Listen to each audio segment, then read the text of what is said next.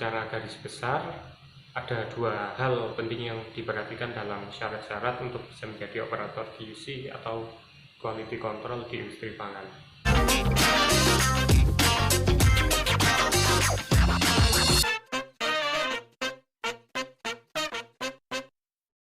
Bagi teman-teman yang mungkin mau bercita-cita bekerja di industri pangan, gak usah takut minder, karena untuk masuk ke industri khususnya di bagian QC atau quality control ini sebenarnya mudah kalau teman-teman punya syarat-syarat seperti ini. Tidak hanya bagian quality control atau QC yang mempunyai dua syarat yang ini, yaitu soft skill dan juga hard skill, tapi di semua bagian pasti memiliki dua hal penting ini yang harus dimiliki di setiap individunya. Oke, yang pertama yaitu soft skill, yaitu kemampuan di luar skill khusus kita, seperti komunikasi, kerjasama, dalam berorganisasi. Mungkin bagi teman-teman yang sebelumnya fresh graduate, pasti di sekolah ada banyak kegiatan ekstrakurikuler seperti itu ya, semisal kegiatan pramuka, terus karya ilmiah remaja, atau PMR, dan juga organisasi siswa intrasekolah atau OSIS. Di organisasi-organisasi itulah teman-teman bisa mengembangkan kemampuan soft skill untuk bisa bekerja sama, untuk bisa sosialisasi, komunikasi, dan itulah bekal utama kalau kita sudah lulus atau keluar dari dunia sekolah atau dunia kuliah. Secara garis besar, di kegiatan-kegiatan soft skill tadi atau berorganisasi, teman-teman bisa melatih kerjasama dengan individu yang lain. Semisal di event-event perlombaan atau pengadaan lomba di sekolah atau di kampus.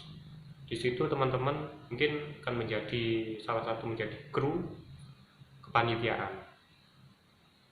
Nah, kontribusi teman-teman ini itu apa di sana? Bisa apa di sana untuk menyumbangkan agar tercapai kesuksesan dalam perlombaan tadi atau event-event yang diadakan tadi. Dan ini adalah yang akan bisa di-upgrade di dalam dunia kerja. Jadi, bagi teman-teman yang masih sekolah atau masih kuliah, saya sarankan aktif-aktiflah di kegiatan organisasi seperti itu. Namun lebih saya sarankan lagi, fokuslah di organisasi-organisasi yang selain itu menunjang kemampuan soft skill Anda, teman-teman, juga yang bisa menunjang kemampuan yang berhubungan dengan hard skill Anda atau kemampuan khusus Anda. Misalkan Anda spesialisasinya atau kuliah atau jurusannya di teknik atau otomotif atau elektro, maka ikutilah organisasi-organisasi yang sifatnya ada hubungannya dengan kelistrikan, tentang keotomotifan, seperti itu. Oke, yang kedua yaitu hard skill. Ini berhubungan dengan jurusan atau minat yang teman-teman pilih selama di kuliah atau di sekolah. Semisal teman-teman minat di kimia analis yang setiap harinya praktikum dan nggak asing dengan alat-alat laboratorium. Dan di dunia industri pangan, orang-orang yang mempunyai kemampuan-kemampuan inilah yang sangat dibutuhkan di quality control atau QC. Semisal teman-teman pasti nggak asing dengan rumus seperti ini ya, atau seperti analisa titrasi atau pengenceran.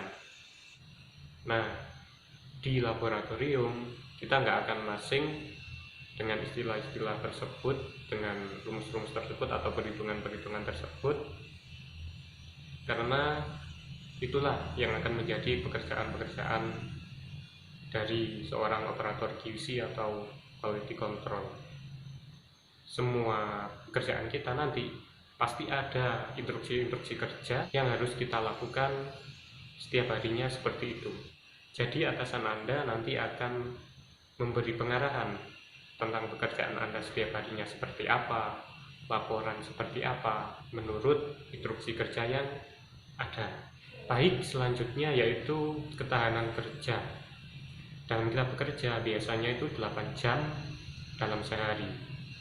Nah, selama kita di dalam pekerjaan itu kita harus kuat dalam menjalani semua pekerjaan.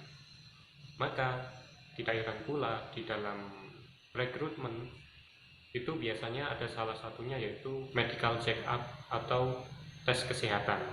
Di sini bertujuan untuk mengukur kemampuan kita, ketahanan kita selama dalam bekerja nantinya.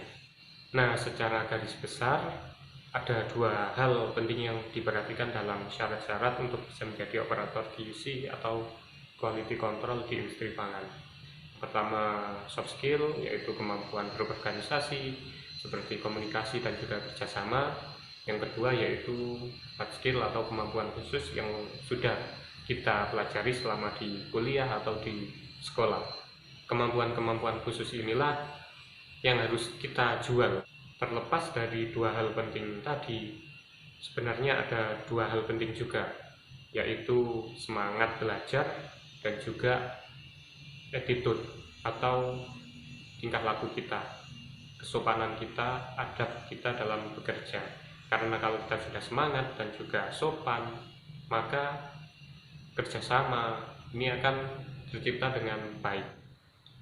Oke, itu saja. Mungkin barangkali masih banyak pertanyaan, bisa chat di kolom komentar dan bisa simak video yang ini untuk lebih jelasnya tentang tugas-tugas dari QC.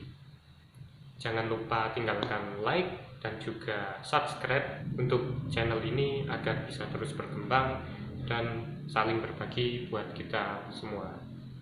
Salam.